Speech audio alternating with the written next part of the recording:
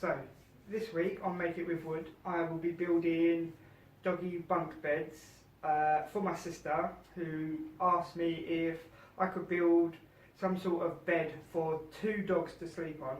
So I said, well, let's do bunk beds.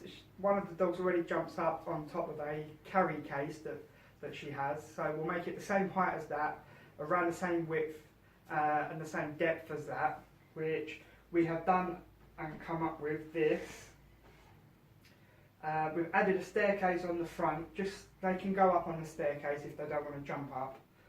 So if you'd like to see how I built this one, please check out the video.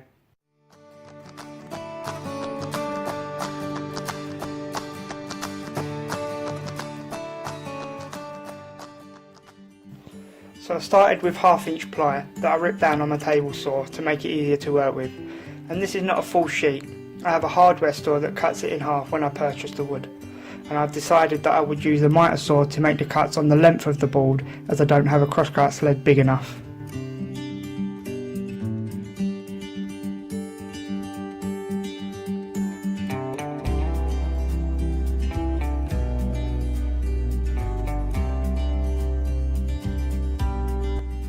Moving on, and I had a few pieces of hard pine left over, so I marked them up and ripped them down on the table saw. With this pine, it was hard enough for this project and soft enough to work with easily and quickly.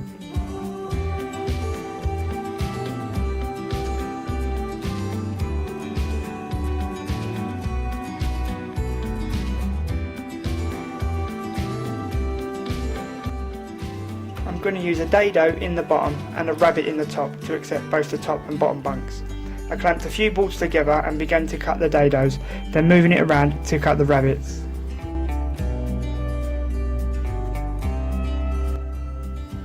So I'm really happy with how the dados turned out, and as I said in my previous video, I am new to dados and rabbits alike, so this was a learning curve for me, but I'm getting there. Now you can't notice it, but the second upright on the left side is in the wrong position. It should be on the other side, and I am oblivious to it even after just checking it before gluing. It wasn't till it dried I noticed it, and you can imagine the difficulty in moving this piece.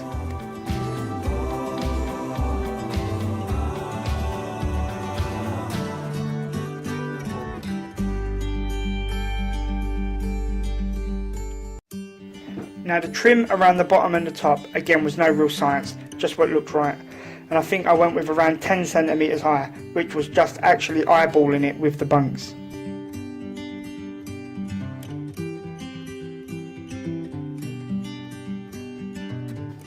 When attaching the panels, I used a small bead of glue along the bottom and sides and then secured them with screws, and of course some clamps.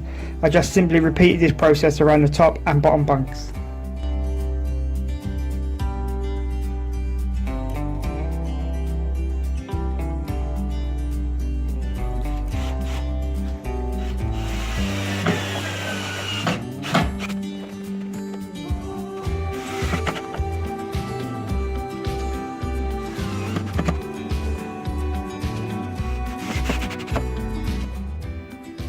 When it came to the ends or front of the bunks, I didn't want to leave it completely open, so I opted to add a small square of ply to add an almost doorway-like feature on the end. And this is choice and preference, it's not law and can be customised easily to make it bigger, smaller or taller.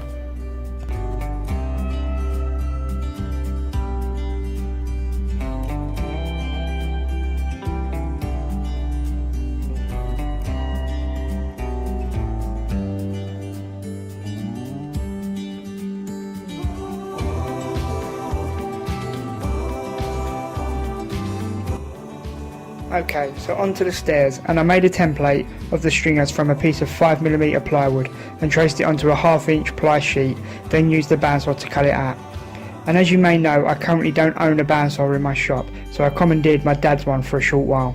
And when cutting the first stringer out, I actually cut the first step off and had to retrace the template and cut a new one.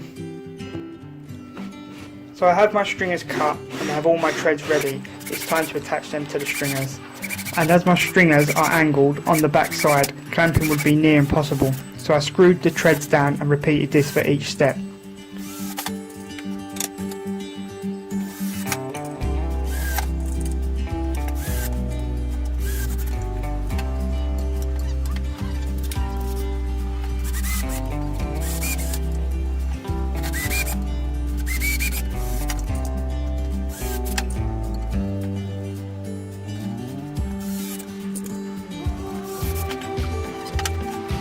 I then came up with some hardware to hold the stairs to the frame, which was simply a half square ply frame glued and screwed inside the stairs and then screwed to the frame.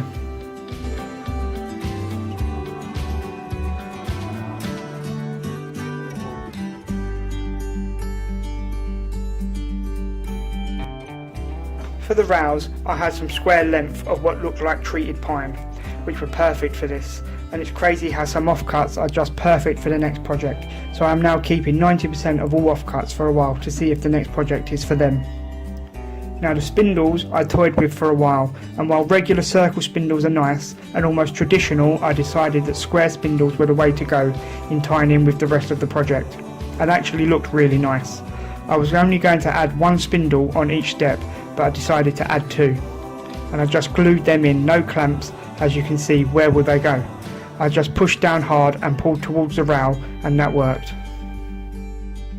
Now I really like the colour of the ply and effect of ply and pine together, and if it was for me I would have left it, but as it is going to my sister, she wanted it white.